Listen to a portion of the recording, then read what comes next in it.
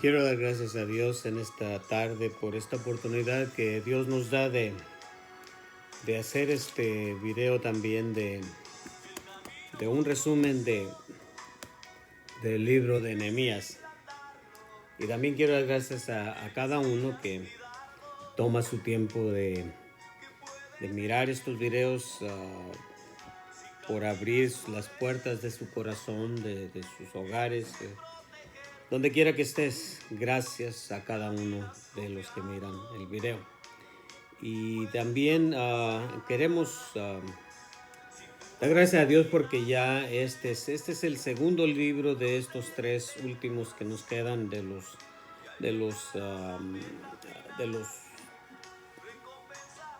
últimos tres de los después del exilio. Y también son los últimos ya de Nehemías y Esther, los últimos dos de los 12 libros históricos de Israel. Entonces vamos a comenzar rápidamente con el tema o el título de este libro es Nehemías.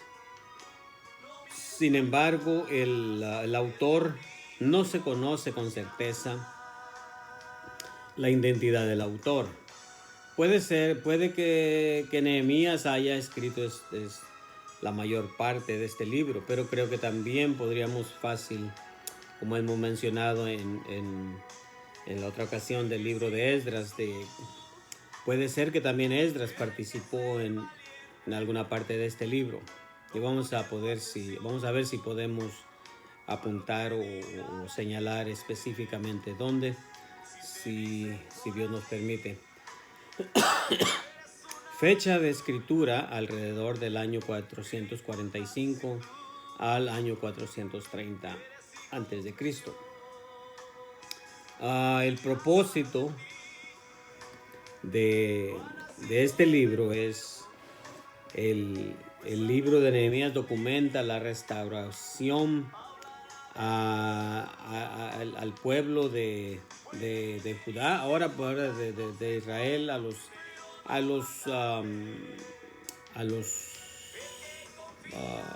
que vienen de los que han regresado del exilio. Entonces también el tema clave, la primera parte del libro de Nehemías describe la reconstrucción de los muros de Jerusalén. La segunda mitad relata el modo en que Esdras estudió la ley de Dios junto con el pueblo y da cuenta de la reafirmación del compromiso de la gente con dicha ley, la ley de Moisés. En otras palabras, habían estado ausentes 70 años, pero aparentemente Esdras, por eso aquí vemos algo de la contribución también de Esdras. Y vamos a ver si señalamos específicamente donde Esdras, siendo que dijimos en el libro de Esdras que él era un sacerdote o de la línea de los sacerdotes, pero también un hombre muy preparado que amaba la palabra de Dios, la ley de Moisés, quien era un escritor, una persona que podía fácilmente, por decir así, traducir documentos o ayudar a entender en ese tiempo la ley de Dios dada por Moisés al pueblo de Dios. Entonces, palabra clave también, el muro. Personajes claves, Nehemías, Esdras, Sanballat y Tobías, dos enemigos grandes del pueblo de Dios. Y también versículos claves como en Nehemías 6:3 ilustra el modo en que Nehemías evita toda la distribución que lo alejaría del trabajo de Dios. También Nehemías 6:15 y 16 describe la manera en que Nehemías completó la reconstrucción de los muros de Jerusalén con la ayuda de Dios. También en Nehemías tenemos varias cosas, pero vamos a tratar de entrar entonces Ahora, estos sucesos, dijimos que fue escrito alrededor del año 445 al año 430. Creo que se me pasó un poco ser específico en el del tiempo en que de Esdras, en el que es el libro anterior que acabamos de hacer. El tiempo de él, dijimos que el primer retorno o el comienzo de los exiliados o del regreso del exilio fueron por Zorobabel y Jesúa y otros 50,000 más, incluyendo levitas, sacerdotes, los benjaminitas y los de Judá, conforme Dios despertó el espíritu de ellos. Entonces, eso fue el comienzo en el año 538. El motivo que menciono esto porque algunos, yo sé que algunos están, hay personas que son estudiosas y quiero decirte, ese es el motivo de estudiar la palabra de Dios y no sé cuántas iglesias lo hacen. Tengo bastantes años en el camino de Dios y me he dado cuenta, mi motivo de hacer estos resúmenes de estos libros es porque me he dado cuenta que la idea de las iglesias normalmente es enseñar, enseñar, enseñar, enseñar, o predicar, predicar, y en predicaciones sí se alimenta el alma. No hay nada contra de eso, pero también nosotros los que amamos la palabra de Dios, quiero decirte que el mejor alimento de tu alma es leer cada quien la palabra de Dios, cada quien leer individualmente o en familia especialmente, leer la palabra de Dios, estudiar la palabra de Dios. Y por eso es que he estado tratando de ser atento a explicar exactamente cómo cronológicamente han sucedido que cronológicamente, o la cronología significa los sucesos. Todos sabemos que el pueblo de Dios, la manera que Dios ha tratado con el pueblo de Dios desde Abraham, y hemos tratado de ir dando los años de los periodos, como el periodo de desde que del periodo de Abraham, el tiempo en que Moisés sacó al pueblo de Israel de Egipto, y hemos tratado de ir dando todos los datos. Entonces, dijimos que estos hombres en el libro de Esdras salieron en el año alrededor del año 538. Se tomó un tiempo para llegar, pero la venida no estoy seguro que dije exactamente más en qué año Esdras fue cuando vino, ya que vino después. Así como fueron llevados por etapas, 3 etapas, también fueron en etapas que vinieron. Y bueno, voy a tomar el tiempo aquí de decir que el tiempo en que Esdras vino a Jerusalén fue más o menos en el año 458. Sin embargo, mencionábamos también que Esther fácil lo podíamos meter en medio de Esdras, en el capítulo 6 y en el capítulo 7, ya que hubo un suspenso de mucho tiempo, como 60 años. Sin embargo, cuando ya vamos a llegar a Esther, el suceso de Esther, ya que muchas de las veces lo hago a propósito de mencionarlo aquí en Nehemías, y creo que lo voy a ver. Normalmente me acuerdo de hacerlo también en el libro de Esther, lo que corresponde a Esther. Pero cronológicamente, o lo que sucedió en la historia de cuando lleguemos al libro de Esther, fue en el año 480, el año 480, más o menos el 478 antes de Cristo, todo esto. Entonces, eso creo que pone en perspectiva, en una forma de que podamos, si has estado estudiando los otros libros, he estado tratando cuidadosamente de, si hubiera algún error grande o grave, lo corregiría, porque yo mismo también los he repasado un poco, asegurarme.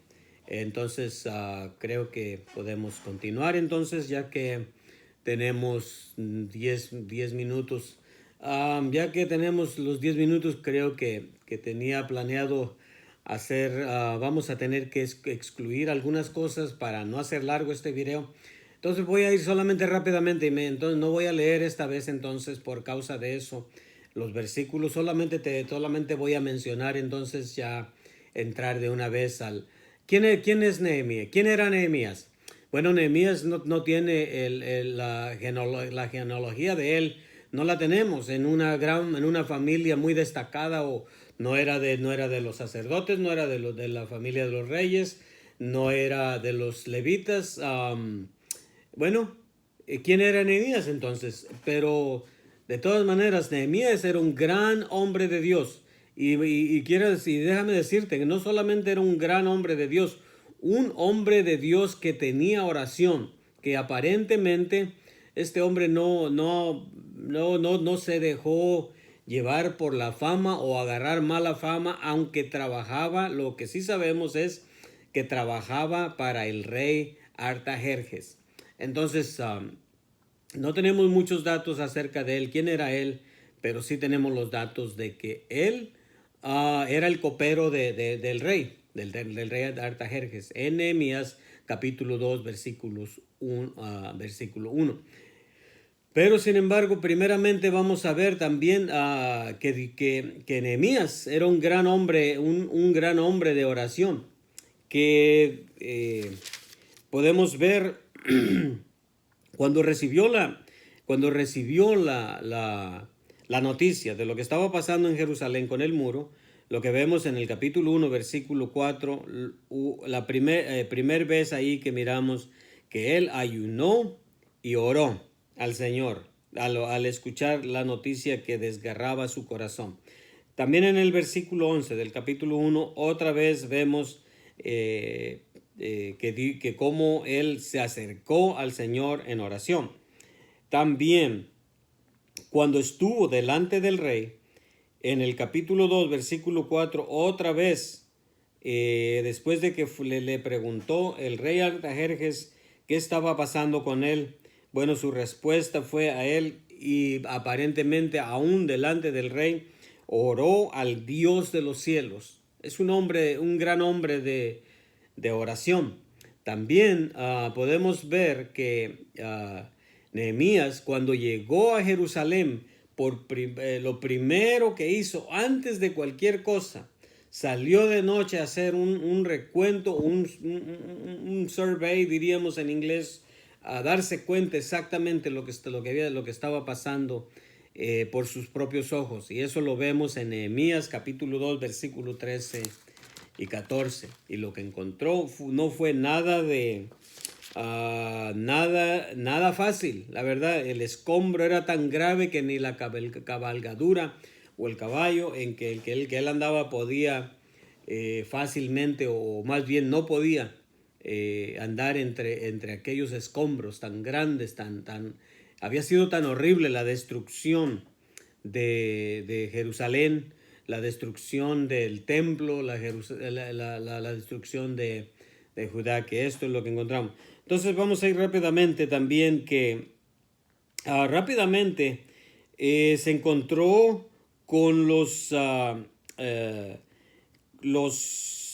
tareas las asignó después de que salió de noche. Implementó una táctica muy buena en el capítulo 3, versículo 2, de dar a cada uno, a las personas por secciones, por partes, cómo trabajar la táctica para mejorar esto, para hacer la reconstrucción del muro. Y otra vez tenemos aquí en el capítulo 4, versículo 4, otra vez la oración. Siempre, cualquier cosa, si había oposición, porque hubo oposición, cualquier cosa, podemos ver que este hombre es el ejemplo de la oración, de cómo confiar en Dios a cada cosa que enfrentaba. Y también fue sabio y no perdió tiempo, aun cuando los enemigos querían estorbarlo, en distraerlo, en el capítulo 6, versículos 2, 3 y 4. Entonces vamos avanzando rápidamente y quizás vamos a tratar de ver si terminamos rápido este libro. Es un gran libro. Podemos ver y aprender mucho de este gran hombre de Dios. También podemos ver que que rápidamente él en el capítulo 6, versículo 1 al 4, vemos también, ya lo mencionamos de cómo respondió de la manera, pero también podemos ver que el muro fue terminado en 52 días. No se llevó tanto, a pesar de que hubo tantas cosas que quisieron estorbar los enemigos. En el capítulo 6, versículo 15, dice, fue terminado pues el muro el 25 del mes de Elul en 52 días. Entonces, a pesar de que hubo oposición, a pesar de que aún había enemigos internos, personas que no querían que se llevara a cabo se habían puesto cómodos ya en su propia religión, en su propia manera, siendo que ese es el problema de la humanidad de aquel entonces, de hoy en día, que cuando nos ponemos cómodos a creer o hacer las cosas a nuestra manera y no permitir que el verdadero Dios de los cielos, la palabra de Dios sea la que nos ordena o la que nos instruye, muchas de las veces la humanidad se pone cómoda y podemos ver que había una gran oposición, aún interno, de enemigos internos y externos. Entonces también podemos ver en Nehemías 7:11 en adelante que los nombres, bueno, primeramente en el versículo 1, podemos ver que el muro fue edificado y colocadas las puertas y fueron señalados porteros y cantores y levitas. Pero algo que quiero, y voy a ver hasta dónde puedo terminar, hasta dónde podemos llegar. Voy a poner la música ya para terminar. Pero en el capítulo 7, en el versículo 11 en adelante, podemos ver, ahora dijimos que algunas cosas de Esdras, como Esdras también pudo contribuir en este mismo libro de Nehemías. Aquí está una parte muy importante. En el capítulo 7, versículos 11 en adelante, si vas de regreso a Esdras, capítulo 2, en el capítulo 2, donde están todos los nombres de las personas, de las familias, a veces de nombres de ciudades, localizando o documentándonos la cantidad de gente que venían para es donde dijimos que 50,000 personas regresaron con Zorobabel y Jesúa. Bueno, ahí podemos ver en algunas de las veces, por ejemplo, aquí en el capítulo 7, versículo 26 dice, los varones de Belén es una ciudad. En algo otras veces nos dice los varones de la tribu o de alguno de la tribu de tal familia. Entonces eso es muy parecido con el capítulo 2 de Esdras. También rápidamente entonces vamos a ver que volvieron al libro de la ley en el capítulo 8. Volvieron al libro de la ley.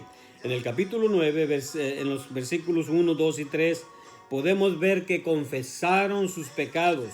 No sabemos si es una manera de enseñar a confesar los pecados del pueblo.